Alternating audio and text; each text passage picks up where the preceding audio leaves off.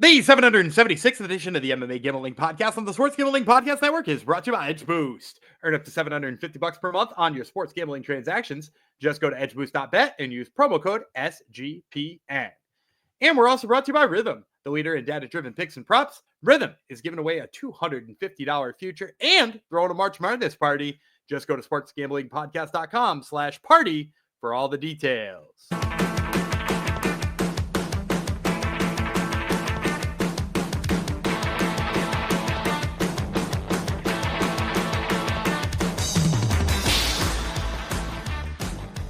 Heidi ho, degenerinos. Welcome to episode 776 of the MMA Gambling Podcast on the Sports Gambling Podcast Network.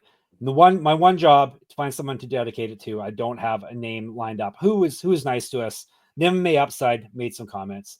I love the MMA Upside. That dude hits me up on Twitter. Shout out MMA Upside. Yes. You follow him on Twitter. He hits me up just about anytime I hit a pick on the regional scene.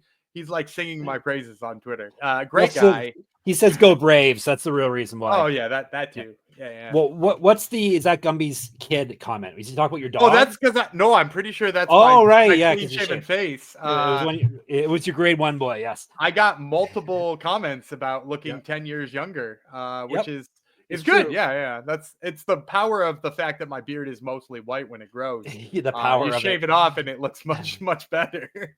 So he is the shaven one, Guppy Vreeland. I am still Jeff without hats, Fox. And this is part 2 of the UFC 313 breakdown. Yesterday was the prelims.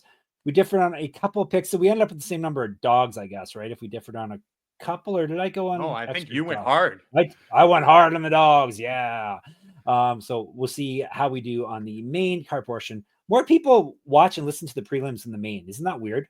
Don't you find Not really. It's up a little bit longer, and also a lot of people are entrenched in their beliefs on people know how they feel about Justin Gaethje. People know how they feel about Alex Pereira. They don't need help figuring out how they feel about Alex Pereira. But sometimes they don't remember the sexy Mexi as well as we do. They don't remember Jordan Ribeiro dos Santos. See, Gumby is not just a handsome shaven face. He has good reasons, good opinions, good answers to everything I throw his way. So, so we got 5 fights, obviously, on the main card, and then we're going to give you our locks, dogs, our props, and either a parlay or a round robin, whatever Gumby has cooked up for us this week. I got a round robin this week. You guys can can get excited and tune into the end of the show. So get ready. It's going to be a lot. He's going to give you a lot of info. That means at the end. All right, before that, make sure you gear up for that, and also gear up for March with Merch Madness. Promo code Madness for 20% off in the SGPN store. That would be sportsgamblingpodcast.com/store. Get in now before the promo code is done. So Madness is your code. Lots of good MMA gambling podcast merch on there, and of course merch for the whole network. Really good SGPN Degens hats. So check out all the cool stuff at sportsgamblingpodcast.com/store. All right, so this episode, as you can tell, UFC 313 is what it's all about. Pereira versus Ankalaev is going down March the 8th, Saturday, T-Mobile Arena, Paradise, Nevada. Main card, 10 p.m. Eastern, pay-per-view for us lucky people in North America. Some parts of the world you don't have to pay for it, I guess. All right, we are kicking things off with a lightweight fight. This is King Green versus Mauricio Ruffy. Everyone has officially gone with the King Green, because that is what the artist formerly known as Bobby calls himself now. Let's tell you about King Green first. 32, 16-1 with 1 no contest, 11 knockouts, 9 submissions. So this is fight 51 for him. 5 knockouts, 3 submissions is what has come back his way. He's been knocked out 5 times, submitted 3 times. 13-11-1 with 1 no contest in the UFC. Loss over his last 3, 3-2 over his last 5. Got submitted in his last fight, 4-1 in Strikeforce. Multi-region shows on his mantle. There you are. Correct. Get the shirt. sportsgamblingpodcast.com/store. Madness is your code for 20% off. Use Fed at 170. 2008 pro MMA debut. Better striking stats, better grappling stats, more active landing strikes than Ruffy as well. He's outstruck his opponents in the UFC by 2.7 strikes per minute, plus 375. No respect for the old dog. One shot, Ruffy, 11-1 with 10 knockouts. He's been knocked out once. So live by the sword, die by the sword. Only die once, actually. He's 2-0 in the UFC. He's won 6 straight. He's not lost since his one loss was back in November 2019. He went 1-0 Contender Series. A regional champ. Used Fed at 170. An inch of height, 4 inches reach over green, 10 years younger. He got outstruck in his 3 fights we have stats for by 0.06 strikes per minute, minus 450. He can get outstruck because he is one shot. He only needs one shot. Bad matchup for Green. An aging Bobby Green is, I don't know if this is what Heavy Hands would call a glue factory fight. It very well could be a glue factory fight. Sending Bobby Green out to pasture, but give me Mauricio Ruffy. He may get outstruck, but he like his nickname says, he only needs one shot to land to end this fight. Yeah, and I also think the problem in this fight is just like Bobby Green. I'm going Ruffy as well. Bobby Green is a guy who has always sort of leaned more on his ability to put a pace and volume on you. Mm-hmm. And it's not like you're going to outpace Mauricio Ruffy, right? So the thing that we know Bobby Green to be good to be, it is maybe a non-factor for him here. Maybe he's worse at it here. I don't expect him to try to wrestle. I don't expect him to have the heavier hands. All of his KOs come from, stacking up lots of shots for the most part. What he did to Jim Miller was disappointing, but it's easier to outpace Jim Miller at this stage in his career than it is to Mauricio Ruffy. Ruffy has just got, he's got that fighting nerds gas tank that we keep seeing from. That's going to be a huge problem for Bobby Green, who sort of relies on that stuff himself. So yeah, give me Mauricio Ruffy here. I think he beats him pretty soundly. Yeah, I buried the lead here, didn't I? I didn't say fighting nerds once in my breakdown here. Yes, he is a fighting nerd, so he's on the rise. And Green he's good at avoiding shots, but all that leaning and stuff, yeah, I can, he does some dangerous stuff as well, and he does that dangerous stuff against guys like Jim Miller, right? And right. That's the thing, and that's why he avoids the shot. It's because Jim Miller just got hit with 17 things, and now he goes to fire back, and of course it's slower. But will 10 years younger Mauricio Ruffy be slower? And will he take a step back? Because as we know, notoriously, this dude just marches forward after you, and I think that's a problem for Bobby Green here. Should be a fun fight, though. Looking forward to that one for sure. All right, moving on to women's strawweight next. Some Brazil versus Brazil action. Amanda Lemos versus Iasmin Lucindo. Talk about the veteran first. Lemos. Little Amanda. 14-4-1. 8 knockouts, 3 submissions. Been knocked out once, submitted twice. 8-4 in the UFC. 1-2 over her last 3. 3-2 over her last 5. Loss over her last 3. Got submitted in her last fight. She was a regional champ. Used to fight up at 135. 2014 Pro MMA debut, an inch of height over Lucindo. Has been outstruck in the UFC by 0.71 strikes per minute. She's at plus 118. Lucindo, no nickname needed. 17-5, 8 knockouts, 3 submissions. She's been submitted once, 4-1 in the UFC. She's won 4 straight and 11 of 12. Has not lost since August 2022. Was a regional champ. Used to fight at 125. An inch of reach over Lemos. 15 years younger. Better striking stats, more active landing strikes, and she's outstruck her opponents by 0.61 strikes per minute, minus 135. Man, I've been back and forth on this one about a dozen times. I think I'm going Amanda Lemos. I knew it. I could have told you that before. You didn't have to go back and forth. I could have told you. Man, I really wanted to take Lucindo. I think right up until we were about to record this episode, I think I was going to be Lucindo, which is probably at the end of the day means I'm going to just stay off this one because it's so hard to read. But if you look at the women who have handled Lemos, right? It's always big, tough, strong women who can sort of body her, right? Mm-hmm. And I don't necessarily know that I see that out of Lucindo. And not that Lucindo isn't really good. She's a really hot prospect. This one just feels like a little too much too soon.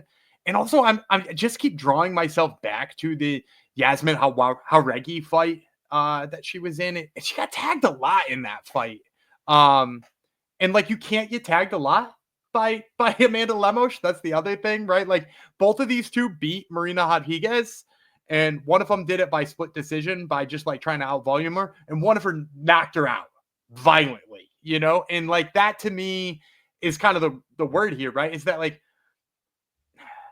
I like Lucindo, but it feels like she's going to walk into something big at some point in time because she's a good boxer, but there's not a lot of power. There's not a lot of something deterring her. There's not a lot of grappling that can force Amanda Lemos to the ground. Amanda Lemos stuffed all of Mackenzie Dern's stuff. I don't think that's Lucindo's game enough to go that way. And then the power difference on the feet, I just think is going to be too big. So yeah, give me Amanda Lemos here. I had a feeling you're gonna take Lemos. I don't think you really like, or you've picked against Lucindo before. Maybe that's why I thought that perhaps. I got to take the younger fighter who's 15 years younger. That's way too much of a gap, and I think she can outstrike Lemos. So give me Lucindo. I'll keep it plain and simple there. So, are you a Lucindo hater, or did you just pick against her? No, I really like Iasmin Lucindo. I think I picked her against her in the Jauregui fight. But I believe she's a good prospect. I just also think she's raw and the types of things that beat Amanda Lemos is power. And being strong, she got beat by, Weili Zhang, and, she got beat by people who are can body her up. She just doesn't get beat by somebody who's going to pitter patter and outpace her. Yeah. I think that's what Lucindo is going to try to do here. We'll see. We shall see. All right. Before we move on to the last three fights, let me tell you about Edge Boost. SGPN has partnered up with Edge Boost, the premier Visa debit card for bettors. An Edge Boost card allows you to avoid the hassle of having your card denied at the sportsbook, DFS site, sweepstakes site, racetrack, or casino. Plus, you can earn up to $750 per month in cashback rewards for using your Edge Boost card.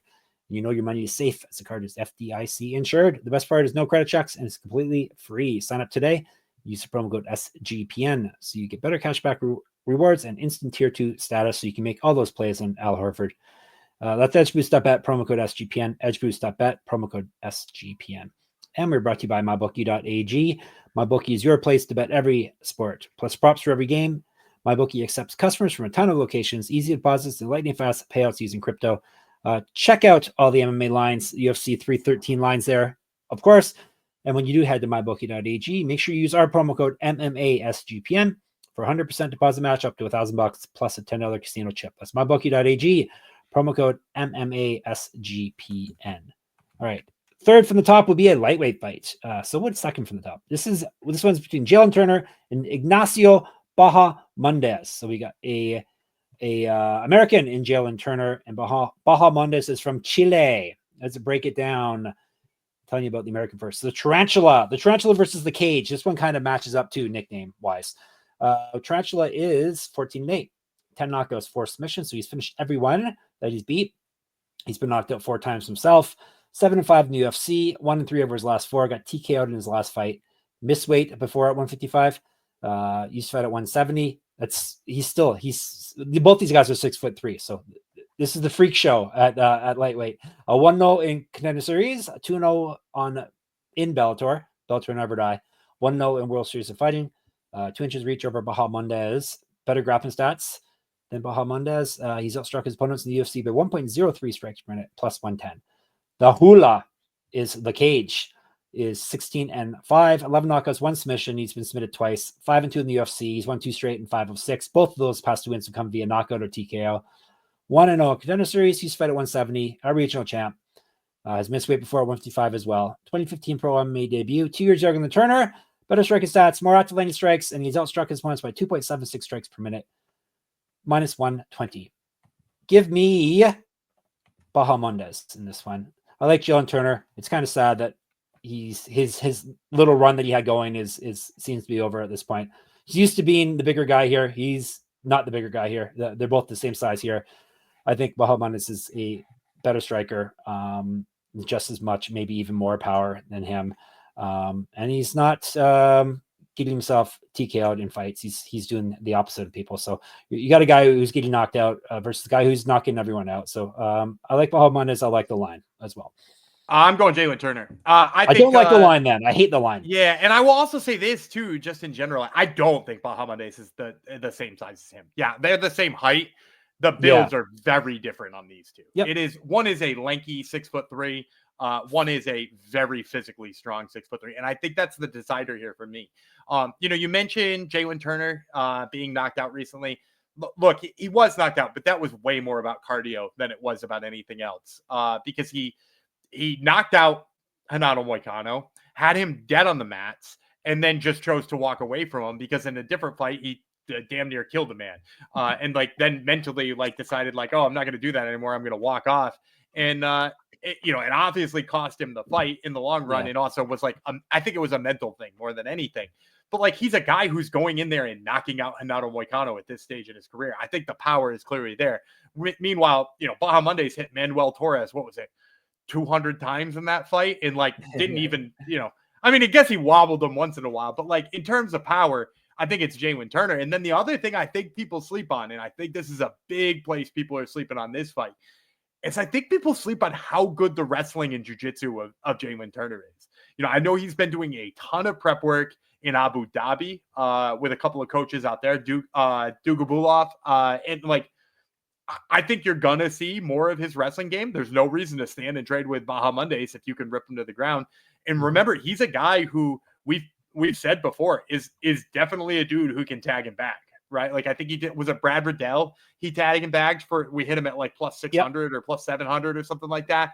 And like that game is really clearly there to me in this one. Like I think he could hurt Bahamondes and sub him. I also think the wrestling game could just be too much for him. So I'm looking for the size here of Jalin Turner as an underdog. I wouldn't be mad if he won. I like Jalin Turner. So I've always liked him. Fun interview too. Yep. Definitely. I remember you interviewing him. All right. Co-main event is also lightweight, as I mentioned. Justin Gaethje versus Rafael Fiziev. Actually, Rafael. He's not from Brazil. All right. Gaethje, the highlight, is 25-5, 20 knockouts, 1 submission. He's been knocked out 3 times, submitted twice. So he's been finishing all his losses. 8-5 in the UFC. He's 2-1 over his last 3, 3-3 over his last 6. He famously got knocked out by Max Holloway in his last fight. He beat Fiziev back in 2023. A majority decision, so it was a little bit of a controversial decision, you could say. 10-0 World Series of Fighting and the champion there. 2011 Pro MMA debut, a wrestling champion in college. You never would guess it, though. 3 inches height over Fiziev. Better striking stats, more active landing strikes. He has been outstruck in the UFC. That's not a surprise either, by 0.68 strikes per minute, plus 136. Adaman, Fiziev, 12-3, 8 knockouts, 1 submission. He's been knocked out twice. 6-3 in the UFC. He's taken his fight on short notice. He has lost 2 straight. Before that, he won 6 straight. He got TKO'd in his last fight, but that was an injury. Injured his knee in that fight. That was back in September 2023. He's not won a fight since July of 2022. 2015 Pro MMA debut. A Muay Thai medalist, the world level. An inch of reach over Gaethje, 5 years younger. Better grappling stats. And he's been outstruck in the UFC, but just barely. Minus 0.07. Minus 155. I'm going to go dog again. I'm going Justin Gaethje. I can't believe he's an underdog. Me too. On one level, like, no, look, I get it in the first fight. Like, you could have scored the first fight for Fiziev. In fact, I'm pretty sure at the time I did. And I didn't go back and rewatch it. Like, a Gaethje fight is a Gaethje fight. You know exactly what you're getting. Yep. I don't need to see it again.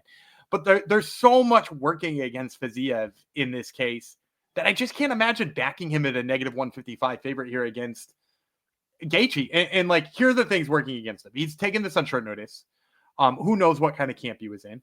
He's had a massive layoff since a brutal knee injury knocked him out. You got Gaethje, who is preparing for a similar type of fighter. Granted, maybe a few less kicks from Dan Hooker, but like, he was prepared. It's not like he's getting an opponent switch up. He's getting a different opponent with a similar type of style. And also, I just love the mental space of Justin Gaethje here. And I know that, like, I'm going to say something that maybe sounds like something we would typically lean away from, but he used the R word. He said retirement in a recent interview. And that's scary because, right, we always say fade the guy with 1 foot out the door. But I like his mental space here. He said, I'm not going in there to throw like I did with Max Holloway ever again. Because if I get knocked out, it's time for me to retire. I can't get knocked out like that twice. And like that to me makes Justin Gaethje more dangerous because technically on the feet, this dude is nasty. He's so good striking. And pretty much the only fights he loses are the ones where he forgets to play a little defense. He forgets to be crafty on the feet. And granted, sometimes he wins by not being crafty and just being brute. But like, it's also cost him fights. He said in this one, you're going to see the World Series of Fighting Gaethje come back. And I don't know if you remember his run on World Series of Fighting, but he was a bad dude in those fights. And granted, one time he fought a guy with one arm, which is I was going to mention that. Yeah, true. Not a joke. It's true. That guy's refed one of my jiu-jitsu matches. Oh yeah, yeah, Nick Newell. Yeah, good dude. But yeah, like he's so like maybe the level of opponents wasn't always there. Although he fought Luis Palomino, like he fought good dudes. but like he was a surgeon back then. He absolutely picked people apart. And if he's going in with that kind of game plan and going in saying like, I'm not risking being wildly knocked out again, I think he's too much for Fiziev on short notice with a bad knee. Yeah, I'm surprised by the line. Short notice, long layoff, as Gumby said. He's already been beaten by this guy. Yeah, and he's on a losing streak. I didn't really mention that. He got knocked out in his last fight. Well, no, he didn't. I'm sorry. He got injured in his last fight. Yeah. But he hasn't won for 3 years almost. So yeah, I think Gaethje is a bit of a steal here as a dog. So we'll gladly take all the steals we can get. All right, before we get to the main event and our special locks, dogs, props, and a what's that thing called again? Round robin. Hungry Man Jong, super fan, round robin. Round robin. Let me talk about Rhythm. Rhythm is throwing an epic March Madness party, and you're invited. All Rhythm users are invited to a first floor watch party Wednesday, March 19th at the awesome Stadium Swim at Circa Las Vegas. Free drinks, plus you get to hang out with the guys from SGPN. And it gets better. Rhythm is also giving away a $250 March Madness future for one lucky random Rhythm user. Even if you can't make the party, you can still enter the contest for the future bet. Come by and use Rhythm to help you fill out your bracket. Make some bets while you're there. You're going to want to use Rhythm because here's some stats from their March Madness success from 2024. With UConn winning, Rhythm's percentage of winners was 39% higher than ESPN brackets as a whole. Rhythm had 34% of the brackets. ESPN had 24.7% of the brackets. Rhythm also predicted Duquesne, NC State, and Oakland upsets. 45% of Rhythm brackets had NC State reaching the Sweet 16. So a free party plus a chance at a $250 feature bet. Go to sportsgamblingpodcast.com/party for details at sportsgamblingpodcast.com/PARTY. And we're brought to you by Underdog Fantasy, NBA, NHL, college basketball, whatever your sport, you can cash in big with Underdog Fantasy Pick'em. Underdog is offering a Luka Doncic discount for every Lakers game for the rest of the regular season. Also for football, diehards, pick'em projections for select players, 40-yard dash times during this week's NFL Combine. Gumby, you have a play for the people for any sport? Sure, we're going to stick with the UFC this weekend. I'm going to take the higher than on Curtis Blades takedowns. I think Rizvan Kuniev being a guy who can get up off of his back once in a while, maybe gets up once, and then we can get to that 1.5 takedown projection. So give me the higher than on Curtis Blades takedowns. I like it. Sign up with the promo code MMA SGPN to claim your special pick and first time deposit offer up to $1,000 in bonus credits. UnderdogFantasy.com, promo code MMA SGPN. All right, we are to our main event of the evening. It is for the UFC Light Heavyweight Championship. The champion Alex Pereira versus the challenger Magomed Ankalaev. Challenger first, 19-1-1 with 1 no contest, 10 knockouts. He's been submitted once. 11-1-1 with 1 no contest in the UFC. 2-0 over his last 2, obviously. He's not lost since March 2018. He was a regional champion, 2014 Pro MMA debut. He's also a Sambo champion. 5 years younger than Pereira. He's outstruck his opponents in the UFC by 1.27 strikes per minute. He's even money, plus 100. Poatan, Pereira, 12-2 with 10 knockouts. He's been knocked out once, submitted once, 9-1 in the UFC. He is the current champ. He has defended his title 3 times successfully already. He used to be the 185 champ before this. 5 years younger than Ankalaev, 12-1. Sorry, 5. He's won 5 straight. Has nothing to do with age. He's won 5 straight. He's won 12 of his last 13. 4 straight wins have come via either knockout or TKO. 2015 Pro MMA debut. He's a kickboxing champion before all of this. He's got an inch height, 4 inches reach over Ankalaev. He's more active landing strikes. He's outstruck his opponents in the UFC by 2.02 strikes per minute, minus 115. We're actually getting good line on Alex Pereira, and that is who I'm taking. There's a lot of hype on Ankalaev. Has he really? Because I guess people think he's going to grapple, but has he really shown that he's not actually been a good grappler, right? Exactly. Like, I mean, above average for light heavyweight, right? Like, right. Light heavyweight doesn't have a lot of good wrestlers, but like, yeah, I'm with you on this one. I don't know that he's good enough to wrestle Poatan regularly. And I also think people forget how big Alex Pereira is. There was a report out there on Sunday that he was 22 pounds off weight. Yeah, he was 227 and a half or something. Yeah, and he just comes in like a professional, weighs 205 exactly, puts that weight right back on, and looks like an absolute terror in the cage the next night. And like, that size means something. Like, I think that's going to be a problem. And like, you just look back to Magomed Ankalaev's fight with like Jan Blachowicz, or even the one with Alexander Rakic, like, you know, a lot of pitter patter on the feet, a lot of like trying to mix it up and like not having tons of success in the grappling department. And like all of that's good and fine, but like because he won one of those fights and arguably could have won the other and wound up with a draw.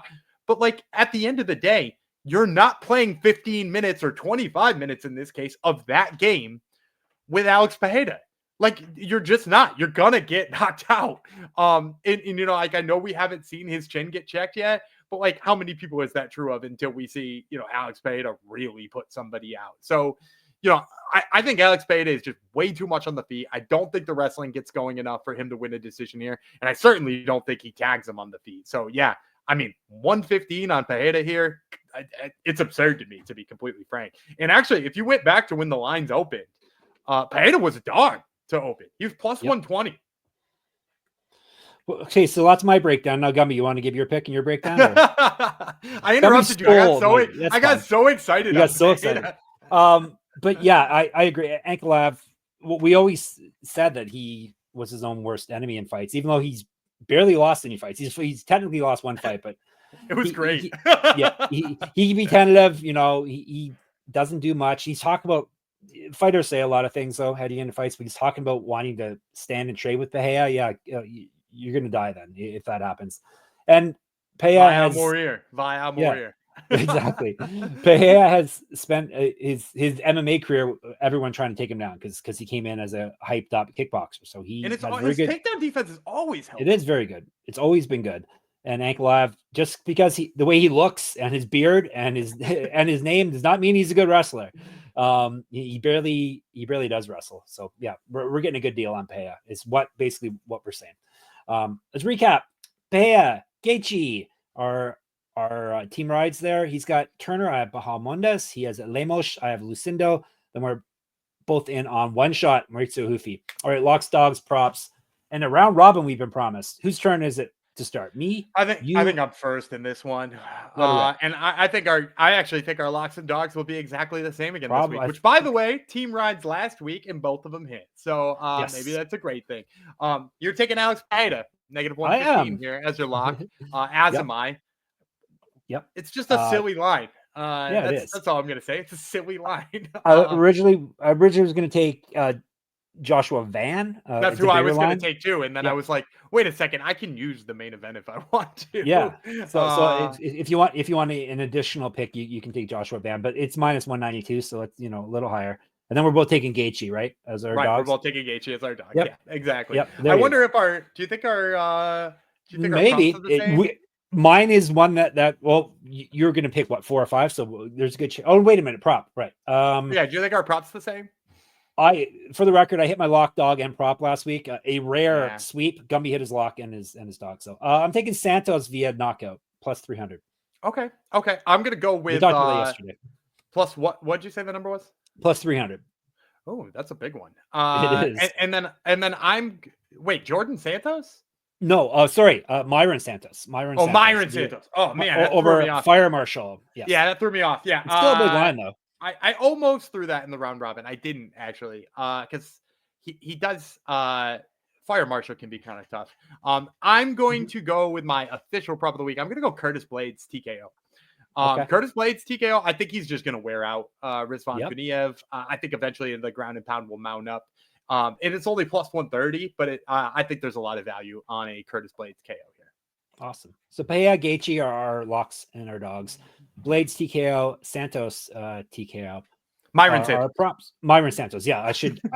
M Santos. Not that I didn't take the other Santos in this fight, but yeah, there are multiple Santoses on this card. So Myron Santos. All right. Hungry Man Jong, Superfan, round robin. Let her rip. All right, so I got a plethora of finished props here and one decision prop. I'll actually kick it off with the decision prop. I'm going to take Mauricio Ruffy by decision. I don't know necessarily that he's going to get Bobby Green out of there, although, Bobby Green's been finished enough times. But I actually think this fight might go the distance. And I can see Ruffy just, having the volume particularly late and hurting him late. So I'm going to take Mauricio Ruffy by decision. That one's plus 250. I'm also going to take Arman Petrosian by KO. Bruno Ferreira is a guy who is welcomed, taking one to give one. And I think Petrosian at this point in time is going to find the chin. That one's plus 240. We'll go with Ozzy Diaz by KO. Ozzy Diaz, I think, is going to, pull the upset. And, his hands have been pretty electric. His last 2 wins have both come by KO. And to get it to be 3 in a row is only plus 350, which is kind of absurd. I also like Gaethje by knockout. I know that Fiziev has been tough, but if he comes in with that surgical approach, that one's plus 325. And then I'm going to round it all out with a pick I know you're not going to like, but I like Jalin Turner by club and sub. I like Jalin Turner. It's okay. Yeah, I like Turner to get the sub. That one's plus 575. People don't really have any faith that his submission game is going to show up here. I like it quite a bit. So if you roll those all together, 2 of them is going to get you pretty much back to even on no matter which ones you hit, unless you hit the like little 200 ones. But even then, you're going to come close to breaking even. 3, you're going to hit a profit. 4, you're going to hit a big windfall. In all 5 of them, you're going to hit 186 to 1. Fantastic. So Hoofy decision, Petrosian knockout, Diaz knockout, Gaethje knockout, which that's a good number for Gaethje. Very good number. If you just want to play that separate, ladies and gentlemen. Yeah, play any of these separate. I know we all roll these in and make this like fun for everything, but like, feel free to play these one at a time, or they're certainly hitting at a rate if you're playing at them one at a time. That feels pretty darn good. Yep. And then Turner's submission was the final one, 186 to 1. You like how I said, ladies and gentlemen, like there's more than one lady watching. Could be. Listening. Could be. Every time you say that, there's somebody in the YouTube comments is like, "Hey, we're out here." That's why I say it. I'm trying to get the ladies to come out and admit you're a degen like the rest of us. All right, you're all set now for the UFC 313 on Saturday. If you want to chat more UFC, or actually there's at least 5 high-level regional cards this weekend. Tons, including tonight, the time you're listening to this on Thursday, LFA's on.